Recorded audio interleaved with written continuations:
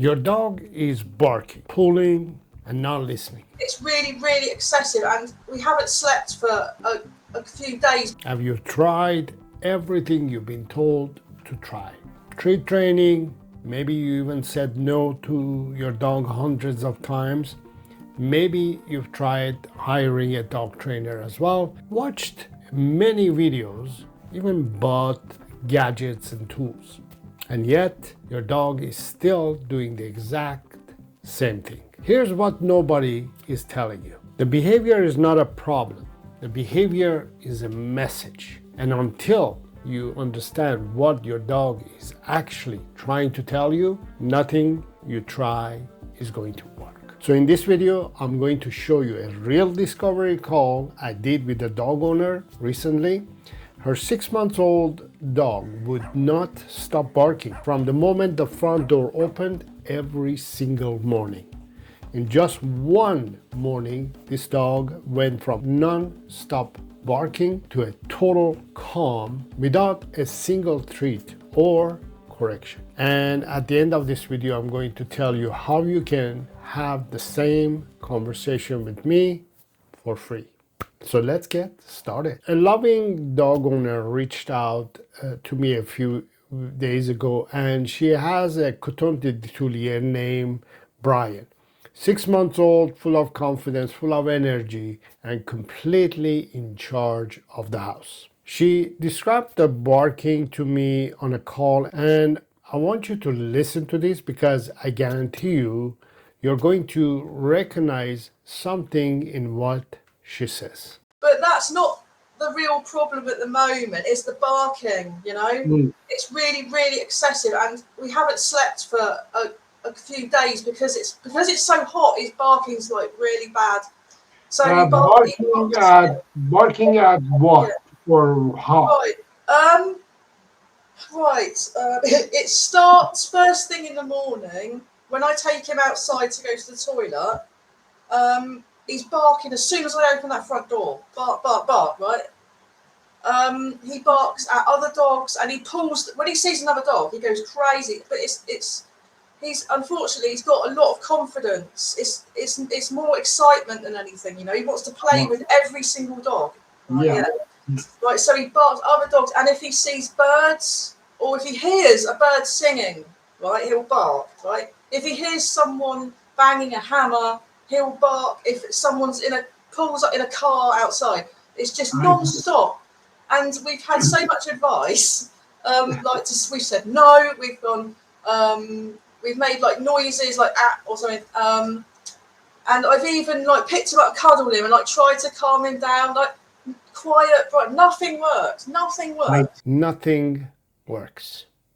That's exactly what she told me. When a dog owner says that to me, I don't hear frustration. I hear a dog who's been trying to communicate something for weeks. And also I hear an owner who really wants to help the dog, but hasn't been given the right information. That's what this call was about. The first thing I do on every call is go through what I call the dog's daily 5 essential needs. It's a simple framework, 5 things every dog needs every single day in the right amount and in the right order.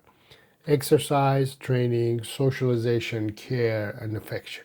When all 5 of these are provided, most behavior problems reduces on their own, without correction, without gadgets, or without treats, or without frustration actually. When 1 or 2 of them are off, the dog starts telling you, usually loudly and clearly. Most dog owners think that they are overachieving in at least 1 or 2 of these. And that's usually where the hidden problem is. For Jade, it was the exercise. The exercise, he gets, he was getting 2 hours a day in the park, but now since it's been really hot, he's had a little bit less.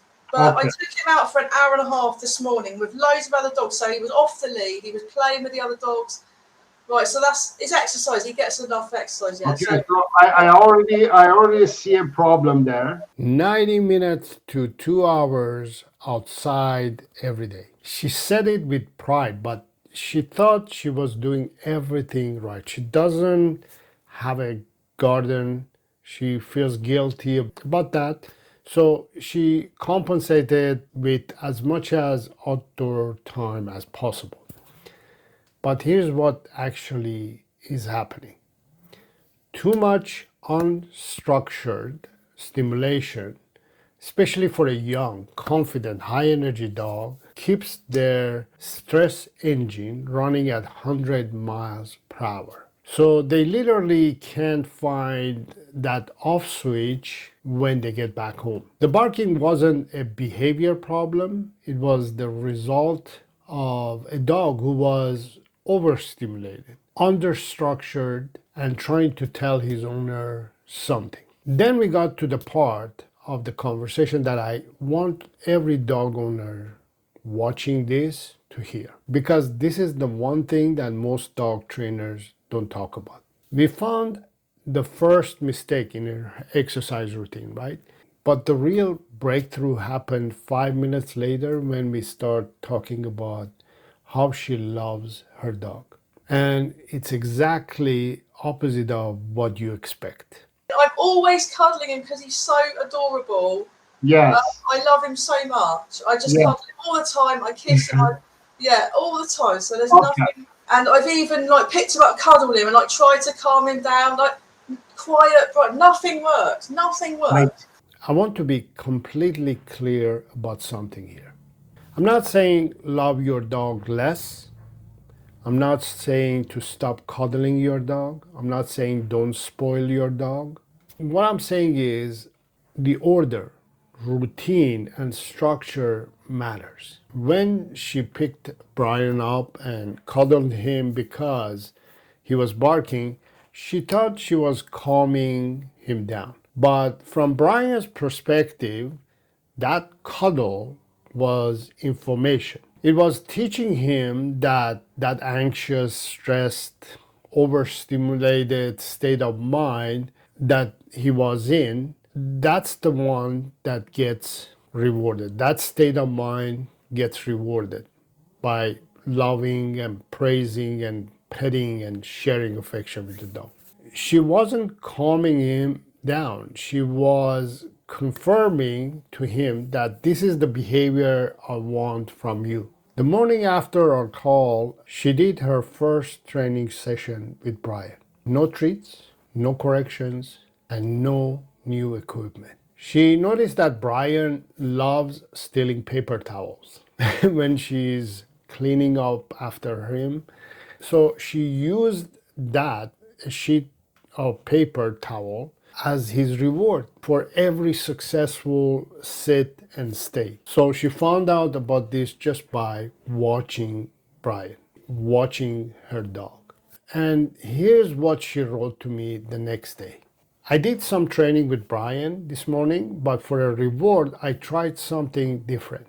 You mentioned about getting to know your dog and what he likes to do. Well, Brian loves ripping up and destroying paper towels as I use these to clean up his accidents at home, and he likes to steal them from my hand. So I gave him a sheet for every successful sit and stay, etc. I had not thought about doing this before, but it worked very well. Now he is very tired and is no longer barking. So we will see what happens. That is what changes when you finally understand what your dog is actually telling you. So, if your dog is barking, reactive, is anxious, or is just not listening, and you've tried everything and nothing has worked, I want to get on a call with you. Not to sell you something, to do exactly what you just watched to do. We'll talk about your dog, their breed, their age, their personality, their specific behavior. I'll get through the daily 5 essential needs of your dog, and I'll tell you exactly what I think is happening to you and to your dog. That's it. One conversation, totally and completely free. We'll diagnose why your dog is actually behaving this way, and you leave with a clear plan to stop the frustration today. You leave with answers either way. The link to book the discovery call is below this video, and I'll see you in the next video.